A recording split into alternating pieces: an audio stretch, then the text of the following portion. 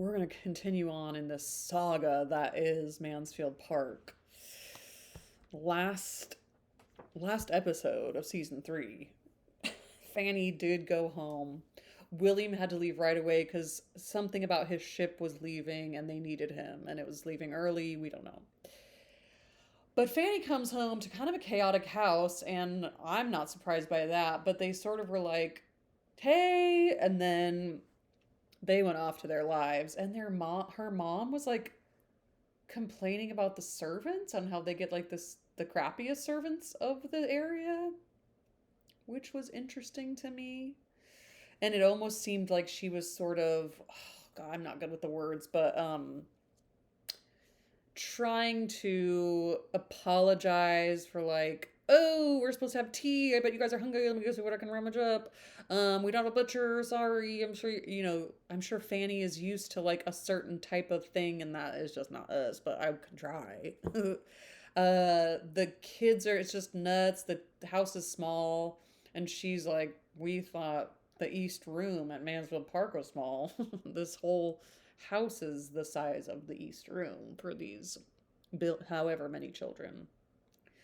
So and Fanny's dad was just like, sup, and then just like read his newspaper. Nobody could care. I mean, like Fanny Price's mom was just like, well, how are the servants? What's the servant situation in Mansfield Park?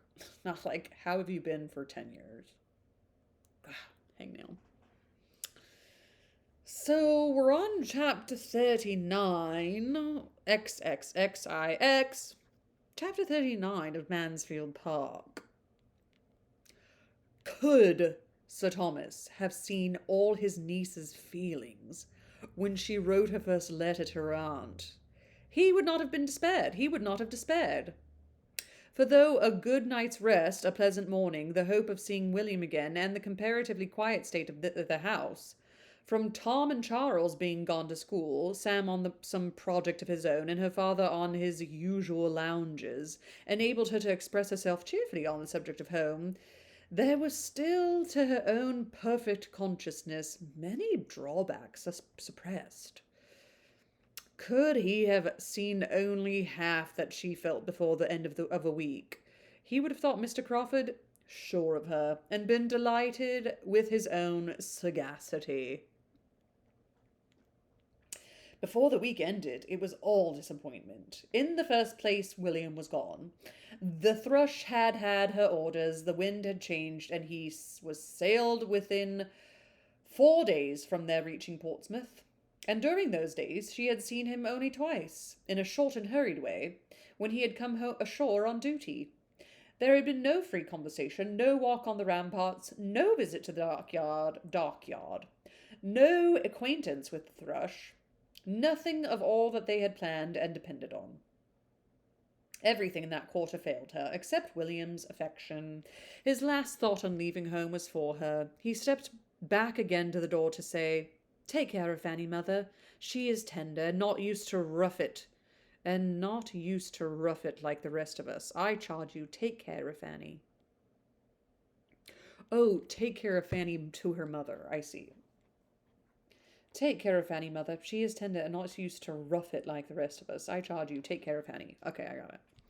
William was gone, and the home he had left her in was, Fanny could not conceal it from herself, in almost every respect the very reverse of what she could have wished. It was the abode of noise, disorder, and impropriety.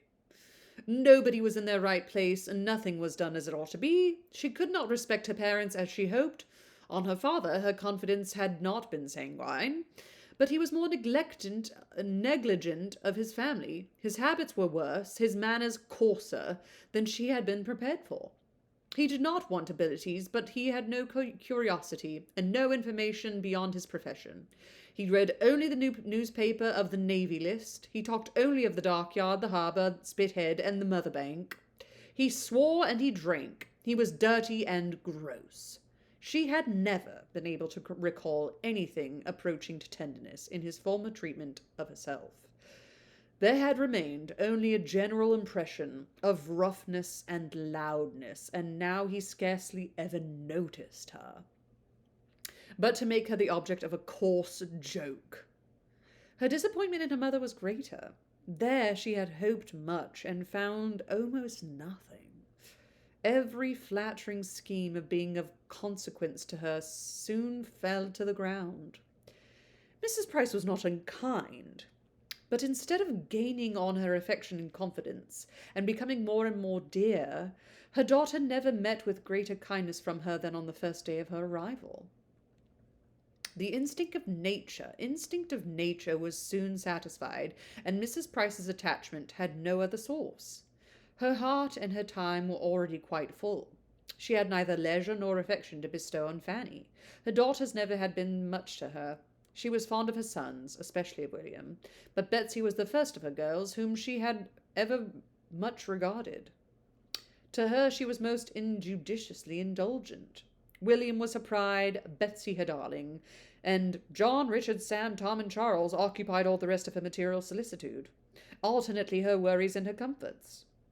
These shared her heart. Her time was given chiefly to her house and her servant. Her days were spent in kind of slow bustle, always busy without getting on, always behindhand and lamenting it, without altering her ways, wishing to be an economist without contrivance or regularity, dissatisfied with her servants without skill to make them better, and whether helping or reprimanding or indulging them without any power of engaging their respects. Of her two sisters, Mrs. Price very much more resembled Lady Bertram than Mrs. Norris.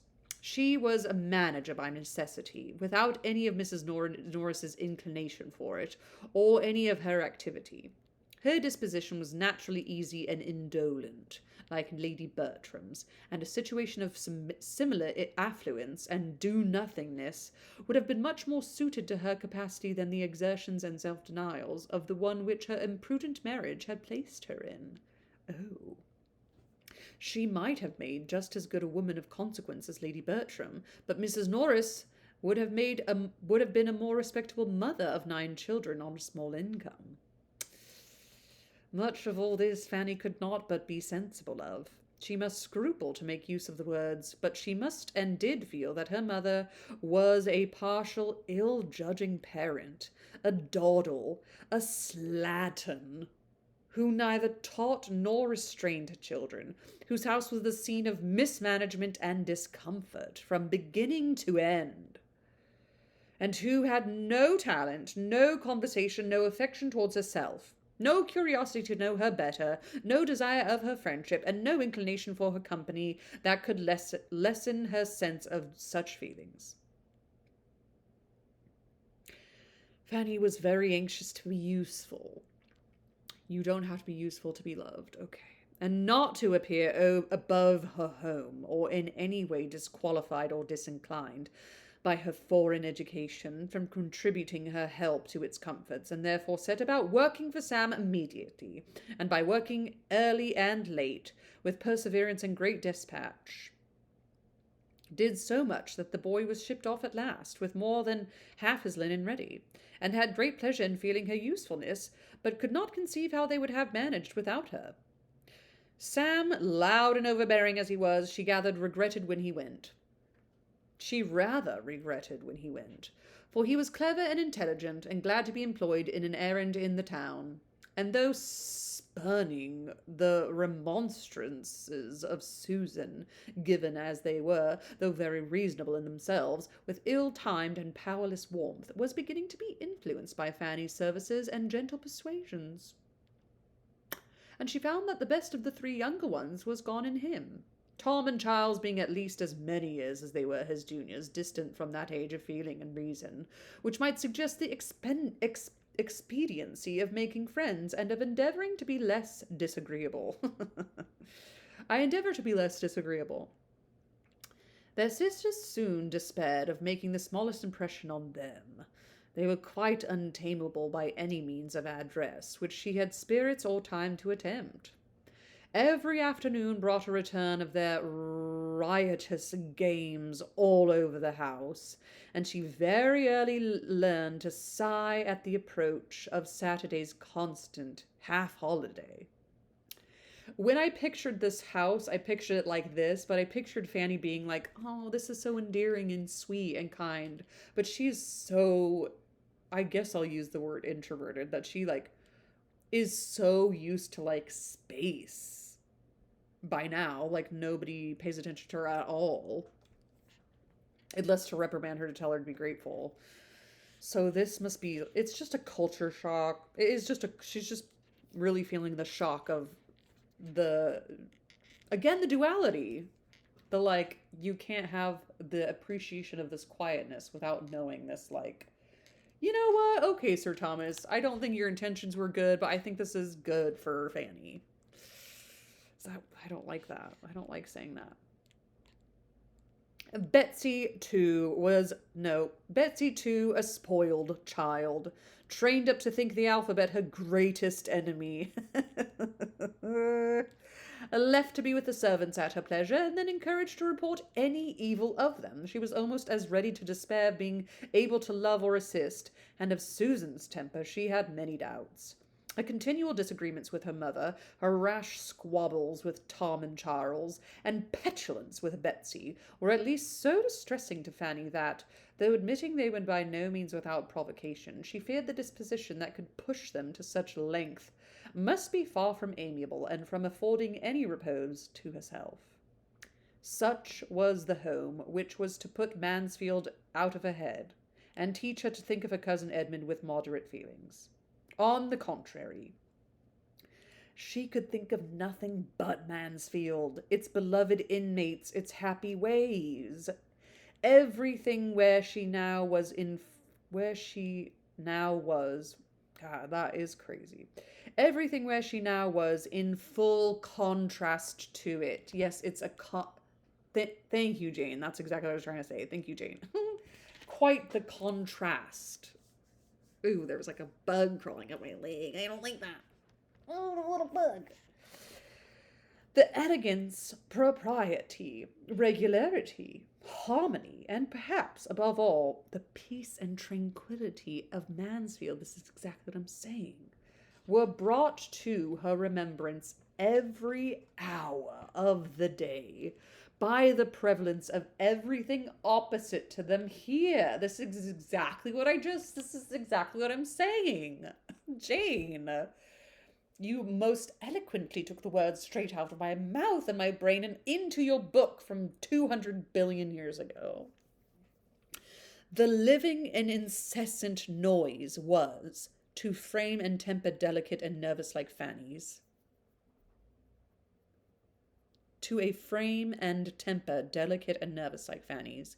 an evil which no superadded elegance or harmony could have entirely atoned for. It was the greatest misery of all. Oh my God. At Mansfield, no sounds of contention, no raised voice, no abrupt bursts, maybe by Mrs. Norris sometimes, but I mean, Mrs. Norris. She did abruptly burst sometimes. No tread of violence was ever heard. All proceeded in a regular course of cheerful orderliness. Everybody had their due importance. Everybody's feelings were consulted. If tenderness could ever be supposed wanting, good sense and good breeding supplied its place. And as to the little irritations sometimes introduced by Aunt Norris, they were short, they were trifling, they were as a drop of water to the ocean. Jane Austen. They were as a drop of water to the ocean compared with the ceaseless tumult of her present abode. This is so crazy because I haven't been watching White Lotus, and I don't know why. And I do this all the time, and I didn't even. I watched like the first season of Schitt's Creek, and then I stopped watching it. I don't know what's going on. I need to watch White Lotus, but my friend Coral was just telling me that in White Lotus they were talking about Buddhism and how emotions or like our existence are like a splash of water, and each drop is like little emotions that then return into us all being the ocean. It was very like, have I said this before that Jane Austen is like a Buddhist? A Buddhist. I can't do it. A Buddhist. I've always loved that actress, Parker Posey. Jane Austen's a Buddhist. Okay. And it's so funny because my head was like, was Buddhism before or after that? Like, this is so long ago. It was before, I get it. Here everybody was noisy, every voice was loud, except perhaps a mother's, which resembled the soft monotony of Lady Bertram's, only worn into fretfulness. Lady Bertram's always half asleep. Whatever was wanted was hallooed for. And the servants hallooed out their excuses from the kitchen. The doors were in constant banging, the stairs were never at rest, nothing was done without a clatter, nobody sat still, and nobody could command attention when they spoke. This is my nightmare. This is truly my nightmare. In a review of the two houses, as they appeared before her at the end of the week, Fanny was tempted to apply... She's going to write a Yelp review. She's going to write a Yelp review of her recent Airbnb stay at her family of origins house. That would be really fun. Okay, patent pending, nobody steal my idea, but we're going to have like a Yelp review site for family of origin. Oh my God. I went to my... Not speaking for me personally, but I just, that is so funny to me. Went to my family of origin, let me tell you. It's gonna be like Yelp, but for your family, that's so funny to me. Okay, in a review of the two houses, I'm just picturing review writing for your family.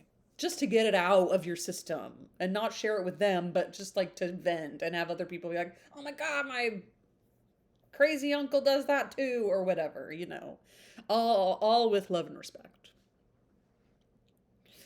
In a review of the two houses, as they appeared to her before the end of the week, Fanny was tempted to apply them to Dr. Johnson's celebrated judgment as to matrimony and celibacy, and say that though Mansfield Park might have some pains, Portsmouth could have no pleasures. And that is the end of that chapter. That was a short and sweet chapter. And you know what? We're going to leave it there because there have been some doozies of chapters in this book. We're going to save it for later. That was a short and sweet and perfect fun little chapter. Fanny was tempted to apply them to Dr. Johnson's celebrated judgment. Who is Dr. Johnson, real quick?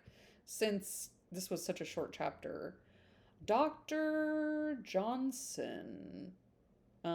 Jane Austen. Is that like a thing? Dr. Samuel Johnson was a significant influence on Jane Austen, particularly his essays, biographies, and his dictation of the English language. Austen admired his moral philosophy, prose style, and common sense approach to human nature. His dictionary was a prominent feature in libraries of the time, and Austen's brother's library at Godmersham Park even contained multiple editions. Oh, I'm going to get to Johnson's dictionary. Both Johnson and Austen shared a keen interest in observing and commenting on human behavior. See, she's like a psychologist. She was like Freud and Carl Jung before freaking they even were a gleam in their grandmother's eyes. Austen's shared a keen interest in observing and commenting on a human behavior, often with a focus on the complexities of social interactions and moral dilemmas. Wow. Critics have pointed to potential echoes of Johnson's themes and style in Austen's novels, particularly in her portrayal of characters and their motivations. For example, Austen's use of characters who engage in self deception and self knowledge, as explored by Johnson, can be seen in novels like Pride and Prejudice and Emma. Johnson's work extended beyond mere moral lessons, offering insights into human psychology and the complexities of personal relationships. Austen, in turn, explored similar themes in her own writing. Mentoring Jane Austen. Reflections, My Dear Dr. Johnson. What's this Janza article about? The Jane Austen Society of North America. The subject is mentoring Jane Austen and how Samuel Johnson's ideas became distinctly present in her writing. A mentor, as we know, is a wise advisor, a teacher, or a coach. According to Greek mythology, the character mentor was the loyal friend and advisor of Odysseus and the counselor to his son Telemachus. He was left in charge of the Trojan, blah, blah, blah. Okay. Samuel Johnson was at least 2 generations removed from Jane Austen. He lived from 1709 to 1785. She from 1775 to 1817. They never met, but I believe no one had a greater influence on her artistry. Wow! There's no question that Jane Austen read intently and deeply admired works by and about Johnson, including the periodical essays in The Rambler, Idler, and Adventurer, the philosophical tale Rasselas, and the Lives of Poets, the published letters, as well as the famous biographies by Boswell, Mr. Thrale, Francis Burney, and Sir John Hawkins. Wow. It's in this book.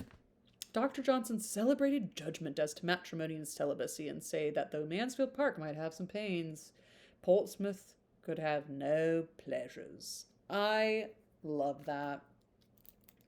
Ooh, fun. Roman numerals are kind of fun because you get to these big long. It's like last chapter was like X, X, X, V, I, and then this last chapter was X, X, X, I, X, and now it's XL. Now we're extra large and in charge, and we're going to move on to next time. Next video, we're going to be listening to me read chapter 40, or extra large, chapter 40.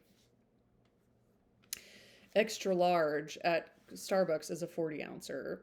That's how you remember it. Love that. Well, happy reading, everybody. Love these little things where she mentions other authors and you get to go explore and get to go down little rabbit holes and learn about that time and that age and those people. It's so fascinating. And I love reading. And you know what? I love reading, and this just sort of happened upon me to love reading, and I think it's wonderful. What a wonderful gift. Thank you to all my teachers who taught me how to read. Thank you to my parents who forced me to read. You know, not forced me to read, but like encouraged me to go to school. So, to learn to read. And I'm finally getting into it on my own accord. That's not like politically driven. Happy reading, everybody, and ta-ta!